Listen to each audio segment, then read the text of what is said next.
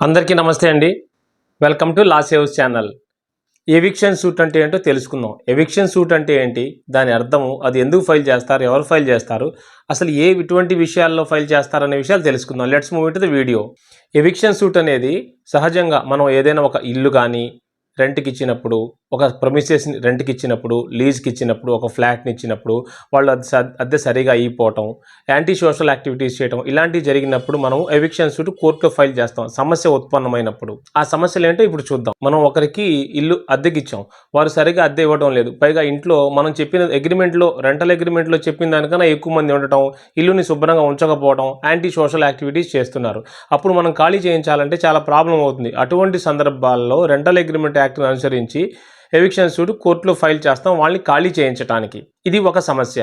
మనం ఒకరికి ఇల్లు కానీ ప్రెమిసెస్ కానీ అద్దెకిచ్చినప్పుడు ఫ్లాట్ కానీ అది వారు మన ప్రమేయం లేకుండా టర్మ్స్ని ఫెయిల్ చేసి టర్మ్స్ అండ్ కండిషన్స్ వారు వేరే వారు అద్దెకిచ్చి ఆ అద్దె వసూలు చేసుకోవడం, దాంట్లో ఇల్లీగల్ యాక్టివిటీస్ చేసిన సందర్భాల్లో కూడా ఎవిక్షన్ సూట్ ఫైల్ చేసుకునే అవకాశం మనకు ఉంటుంది. ఓనరు టెనెంట్ మధ్య ఉండేటువంటి relation rent control act and rent control లాస్ను అనుసరించి కూడా జరుగుతుంటాయి. రెంటల్ అగ్రిమెంట్ చేసుకున్న తర్వాత ఆ డ్యూ డేట్ అయిపోయిన తర్వాత దాన్ని రెన్యువల్ చేయకపోయినా, రెన్యువల్ చేయడానికి అంగీకరించకుండా అద్దె కట్టకపోయినా కూడా మనం ఎవిక్షన్ సూట్ ఫైల్ చేసుకొని వాళ్ళని ఖాళీ చేయించే అవకాశం మనకి కోర్టు ద్వారా కల్పిస్తున్నారు. ఇప్పుడు ఎవిక్షన్ సూట్ అనేది ఎలా ఫైల్ చేయాలి, ఎట్లా చేయాలనే అంశాలు పరిశీలిద్దాం.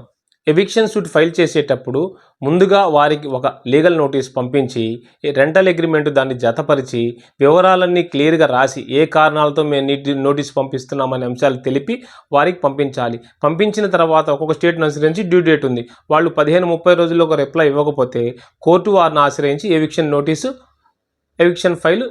ఎవిక్షన్ సూట్ ఫైల్ చేసుకోవచ్చు. జనరల్గా ఎవిక్షన్ పీరియడ్ 15 రోజుల నుంచి 30 రోజుల వరకు ఉంటుంది. కొన్ని ప్రాంతాల్లో కొన్ని రకాలుగా కూడా ఉండే అవకాశం ఉంది.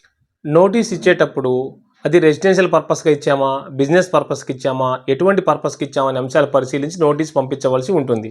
ఒకవేళ నోటీసుని కనుక టెనెంట్ వారు వ్యతిరేకించినట్లయితే లీగల్ యాక్షన్ తీసుకునే అవకాశం కూడా మనకి చట్టం ఏర్పాటు చేయబడింది.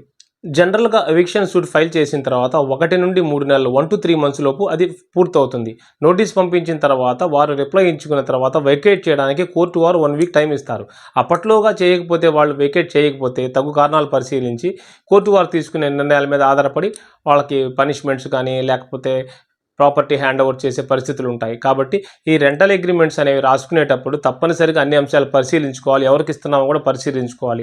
రెంట్ కంట్రోల్ యాక్ట్ను అనుసరించి కూడా ఇదంతా చేయబడుతుంది కనుక దీన్ని మీరు గమనించగలరు. జనరల్గా ఏమంటే రెంట్ సరిగా ఇవ్వకపోవడం అనేక రకాల అంశాలు ఉంటాయి. ఏది ఏమైనప్పటికీ కూడా ఈ ఎవిక్షన్ సూట్ ద్వారా కోర్టు వారు వారిని ఫోర్స్ చేస్తారు ఖాళీ చేయడానికి. ఈ కారణాలతో మీరు ఇబ్బంది పెడుతున్నారు కాబట్టి మీరు ఖాళీ చేయండి, లేకపోతే మీ లీగల్ యాక్షన్స్ తీవ్రంగా ఉంటాయి, ఒక హెచ్చరికగా ఆర్డర్ చేయడం జరుగుతుంది. ఎవిక్షన్ సూట్ వల్ల ఉపయోగాలు ఉంటాయి. Thank you for watching.